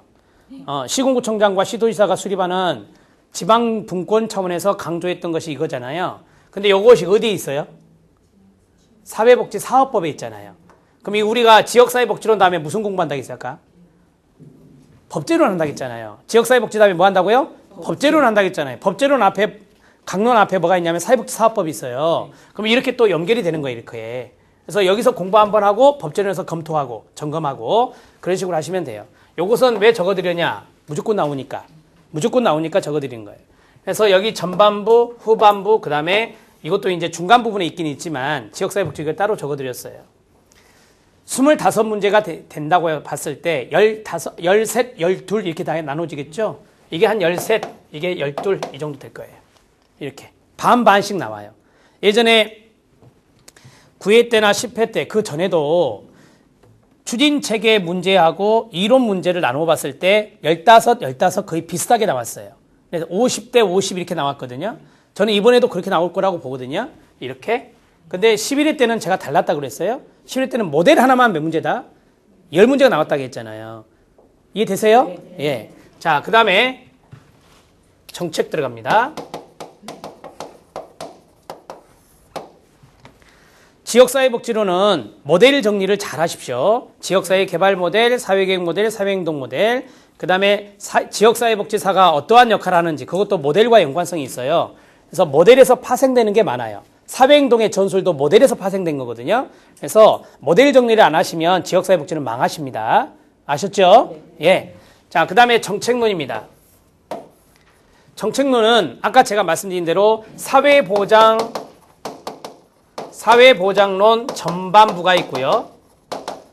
사회보장론을 기점으로 해서요. 사회보장론 파트가 있어요. 이렇게 쓰면 헷갈리시겠다. 사회보장론 이전이라고 해야 되겠죠? 사회보장론 이전이 있고 사회보장론이 있어요. 자, 이것을 문제 분포도로 해드리면요. 30문제 때 20대 10이에요. 여기가 20, 여기가 10이에요.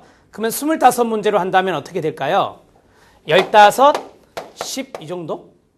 이 정도 되든지 아니면 이걸 좀 더 줄여서 17, 몇이죠? 8. 이렇게 낼 수 있죠.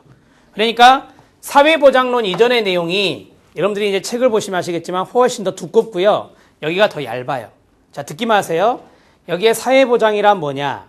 사회보험과 공공부주의 비교, 사회보험과 민간보험의 비교, 그 다음에 공적연금의 적립방식, 부과방식, 소득, 최저생계비, 그 다음에 빈곤의 특정, 뭐 지인이계수 이런 거 있잖아요. 요거 나오고, 그 다음에 아까 했던 사회보험법 5개, 이해되시죠? 국민기초생활보장제도 이렇게 나와요.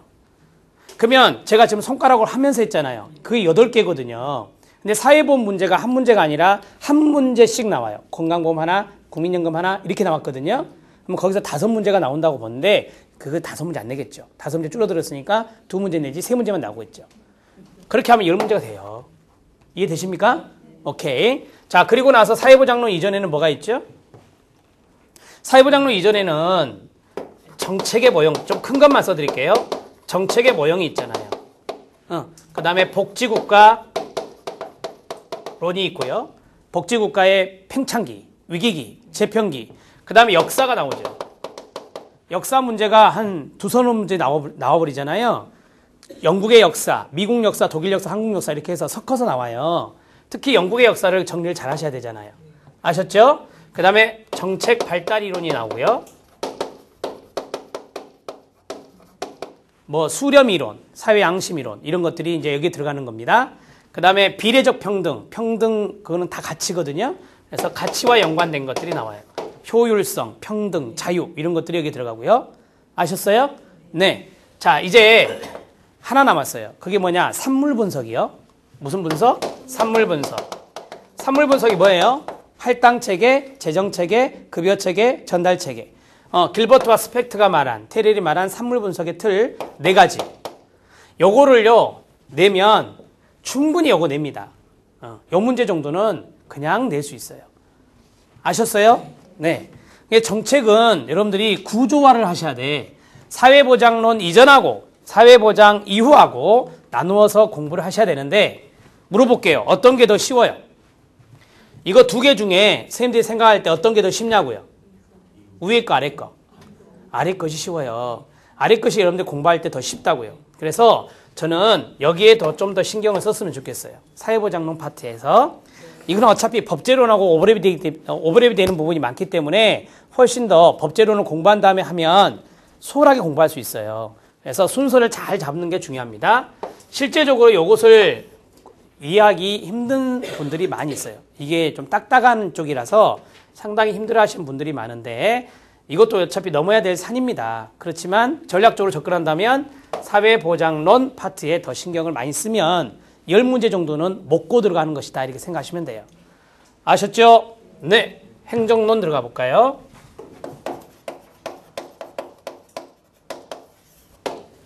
행정론은 관리를 잘 하셔야 돼요. 관리. 뭐라고요? 관리. 그 관리는 대략적으로 말씀드리면 조직관리, 인사관리, 재정관리, 정보관리. 자, 이렇게 이제 큰 틀에서 관리를 4가지 차원에서 말씀을 드릴 수 있는데요. 자, 들어보세요. 요 녀석이 제일 많은 부분을 차지합니다. 조직 이론부터 시작해서 조직의 구조, 조직의 유형, 조직과 환경 간의 관계. 여러분들 개방체계 이론 아시잖아요. 그 다음에 조직을 통합하는 방법. 이 모든 것들이 다 시험에 잘 나오는 것들이거든요. 그래서 이 조직 관리가 가장 많은 부분을 차지합니다. 제가 손가락을 5개를 지금 집었거든요. 그러면은 기본적으로 5문제까지는 출제될 수 있고요. 여기에서 파생되어서 예를 들어서 관료제론만 나오겠습니까? 상황이론이 나온다면 2문제가 나올 수도 있고요. 그런데 아주 적게 잡아서 5문제가 나올 수 있고요. 자, 인사관리가 어떤 거예요? 교육이에요. 훈련. 교육과 훈련 아시죠? 예, 교육과 훈련 OJT라는 것도 시험에 잘 나왔어요. 언더잡 트레이닝 훈련 부분 써드릴게요. 훈련 부분. 그 다음에 2번째는 인사관리에서 필요한 부분이 인사관리가 잘 될수록 소진이 일어나요? 안 일어나죠. 그러면 소진과 연관성 있는 문제도 나오죠. 이번 소진 나왔잖아요. 성과급제를 도입해서 열심히 하게 하면 소진이 줄어드나요? 더 스트레스 받아요. 그게 틀린 답이었잖아요. 그리고 자 봐보세요. 슈퍼비전도 여기 들어가죠. 슈퍼비전도 사람을 관리하는 거 슈퍼바이저가. 아셨습니까? 아셨어요? 네. 자, 곧 끝나가요. 좀만 참으세요. 자, 슈퍼비전. 그 다음에 한 가지만 더 할게요. 동기 이론이 있죠. 알더퍼 이론, 메슬로우 이론, 아담스, 브룸 이런 이론이 있어요. 동기 이론이요. 이렇게 정리할 수 있어요. 재정관리는 당연히 예산이죠. 예산. 근데 최근에 툭 떠오르는 게 뭐죠? 감사예요, 감사. 뭐라고요? 감사. 감사가 떠오르죠. 규정 수능 감사, 발생주의 감사, 회계 감사요. 이런 것들이 시험에 또 지금 계속 2년째 나왔어요. 그래서 예산과 감사 이 두 가지를 아실 필요가 있습니다. 자, 그 다음에 정보관리가 있는데요. 제가 정보관리 쓴 이유가 있어요. 정보관리 이제까지 시험에 잘 안 나왔는데 이제 잘 나올 때가 됐어요. 이유가 뭘까요? 사통망이요. 사회복지 통합관리망 아시죠? 예, 사통망 때문에 정보관리가 중요할 수 있어요. 사통망이요. 자, 이게 이제 큰 틀이 돼요. 행정론에서 중간 목차에 해당되는 큰 틀이 됩니다. 그럼 이 외에도 많이 있겠죠. 기획이란 것도 있고 홍보와 마케팅이란 것도 있고요. 리더십이란 것도 있잖아요. 예, 그러한 것들이 이제 조금 더 사이드에서 중요도가 있게 나타나는 것들이에요. 행정론은 특성상 군데 아주 골고루 출제가 되거든요. 그래서 행정론만큼은 여러분들이 쉽게 출제되니까 전략 과목이라 했잖아요. 이것을 놓치지 말고 군데 잘 살피셔야 돼요. 아셨죠? 네. 어렵게 출제가 안 되니까 그렇게 공부하셔도 손해 볼 것은 없습니다. 자, 이제 법제 할게요. 법제는 크게 두 가지로 나눠져요. 총론이 있고 강론이 있죠. 이렇게 이제까지 문제를 살펴봤어요. 출제된 거를 30문제가 출제될 때 총론은 6문제 정도 나왔어요. 평균 6문제. 그럼 나머지 24문제가 뭐죠? 강론이에요. 자, 이러한 퍼센테이지로 간다면 제 생각은 25문제일 때 이 녀석은 3문제 정도, 그 다음에 이 녀석은 22문제 정도 출제되지 않을까 싶습니다. 그러면 총론을 3문제를 내라. 그럼 딱 정해진 것 같아요. 한번 생각해 볼래요? 총론의 세 가지면 헌법, 법률, 명령, 조례, 규칙 이런 거 있죠. 유기구조. 거기서 조례를 따로 내든지 이걸 내고, 그 다음에 두 번째 총론에서 중요한 부분이 사회권적 기본권이거든요. 우리는 사회복지사 시험이니까 사회권적 기본권 문제가 나올 수밖에 없죠. 이해되세요? 네. 그와 곁들여서 권리성이라는 게 있잖아요. 프로그램 규정 권리, 그 다음에 추상적 권리, 그 다음에 구체적 권리. 이것과 연관성이 있는 권리요. 그게 두 번째 문제가 될 것 같고요. 세 번째는 국제법과 사회복지가 있죠. 아동권리협약이나 국제인권규약이나 되게 총론 마지막 부분에 있는 것이 있거든요. 저는 크게 이 세 가지를 잡아드릴 것 같아요. 3개 찍어주라 그러면 아셨죠?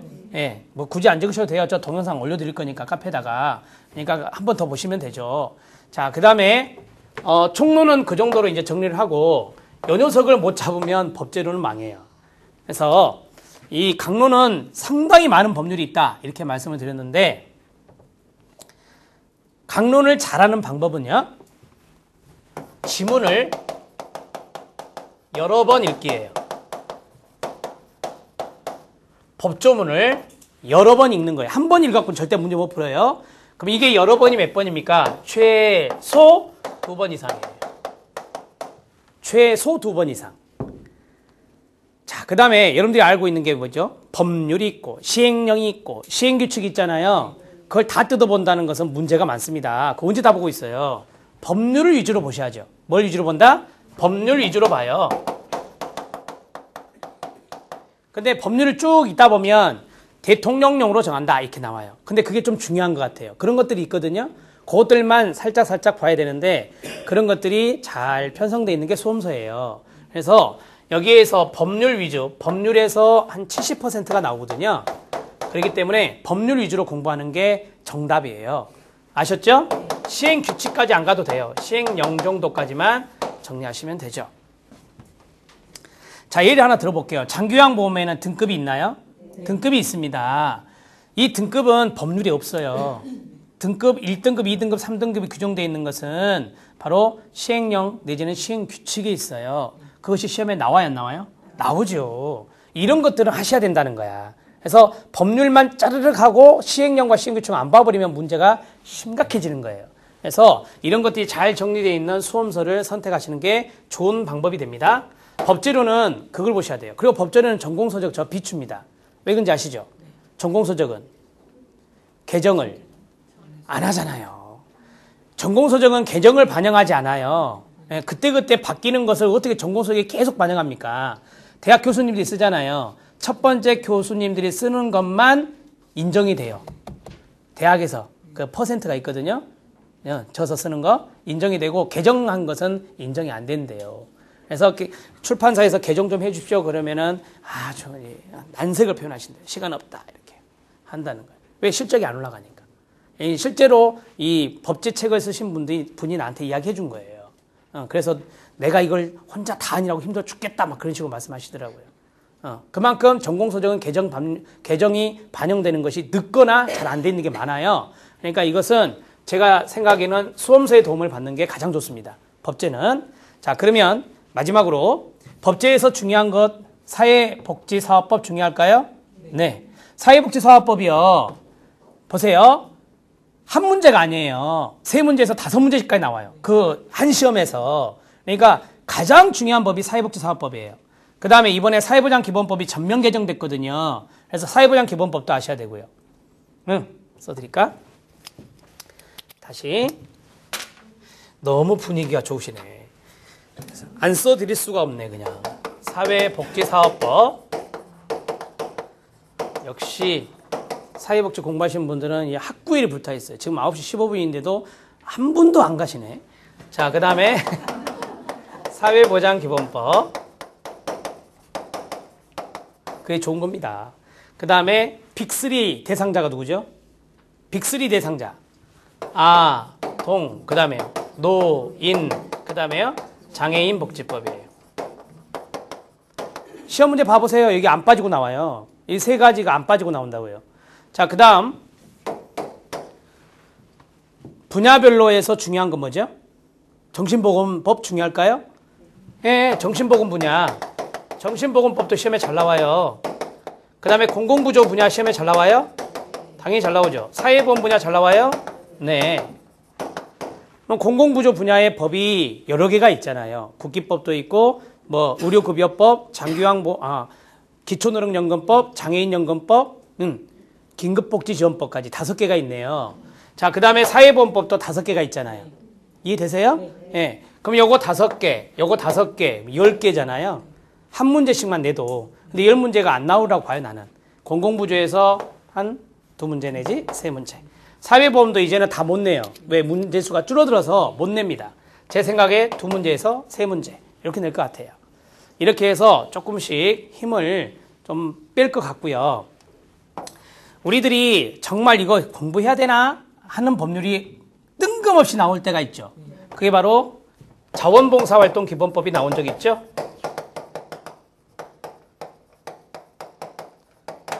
자원봉사활동기본법. 그 다음에 이거는 잘 나옵니다. 사회복지공동모금회법. 이번에 전면 개정된 입양특례법. 이런 것들은 잘 나옵니다. 이 자원봉사활동기본법은 뜬금없이 한번 나온 거고요. 이 외에도 여러분들이 알고 있는 다문화가족지원법도 시험에 나온 적이 있습니다. 올해 나왔죠. 다국어에 대한 지원은 있다 없다? 없다. 이렇게 해서 틀린 문장으로 나온 거잖아요. 있잖아요. 다문화가족지원법에 보면 다국어에 의한 지원이 있잖아요. 근데 없다. 아직 규정되어 있지 않다. 이렇게 나와서 틀린 질문 나왔어요. 이런 식으로 문제를 이제 출제를 한 적이 있고, 그 다음에 요새 무상보육이 이슈죠. 영유아보육법이 또 시험에 나와요. 제가 마지막으로 말씀드릴 건 뭐냐면 이슈가 되는 것들이 나와요. 그러면은 성폭력이 잘 나올까요? 그렇죠. 성폭력이라든지 아까 말씀드린 영유아보육법 이런 것들이 이제 핫 이슈가 되기 때문에 그쪽에 관심을 갖고 있는가를 물어보는 그런 문제가 테스팅됩니다. 아셨어요? 네. 자, 지금까지 영역별로 해서 쭉 한번 훑어드렸습니다.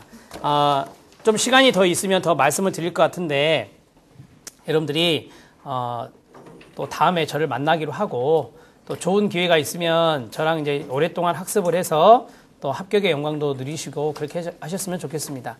아무튼 지금 한 2시간 가까이 됐는데 여러분들이 집중해 주셔서 감사하고요. 항상 건강이 최고인 것 같아요. 건강한 상태에서 여러분들이 최선을 다하시면 다가오는 12회 시험에서는 꼭 합격의 신화를 이뤄낼 수 있을 겁니다. 아셨죠? 네. 오늘 여기까지 마무리하겠습니다. 수고했습니다.